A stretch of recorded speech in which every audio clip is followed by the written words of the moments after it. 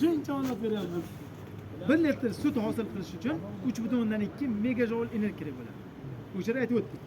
1 kilo makka selisining tarkibida quruq massaga nisbatan qancha energiya bo'ladi? Zo'r makka. Zo'r, aytilgan hamma sharoitda qilinganda 6,5 bo'ladi. 6,6 bo'ladi. Demak, 1 kilo quruq massaga ega bo'lgan makka selisimizdan biz 2 litr sut olamiz. Aytib o'tdik, hisoblab ko'rsatib berdim, videoda turibdi. Demak, qarab qo'yasizlar, bu sizlar uchun ma'lumot. Demak, endi qaytaylik, bunimizni makka selisi baholashimiz kerak, hammamizga vaqt kam. Demak, mana bu makka selislarimizni bir boshdan baholaymiz. Birinchi olgan narsangizni mana shu ko'rdingizmi? Hurmat qo'lingizga olib qisib ko'ring.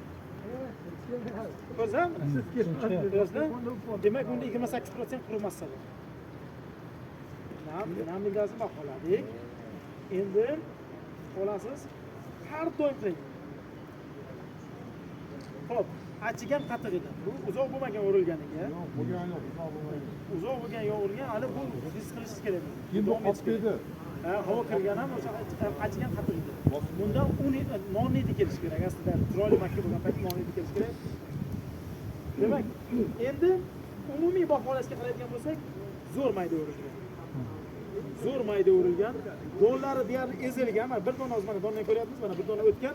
Yo bu kishida krekri bo'lmaganda o'ta kuchli pichoq bo'lgan. Pichoqlar hammasi chaqlangan, lekin krekri ezmagan.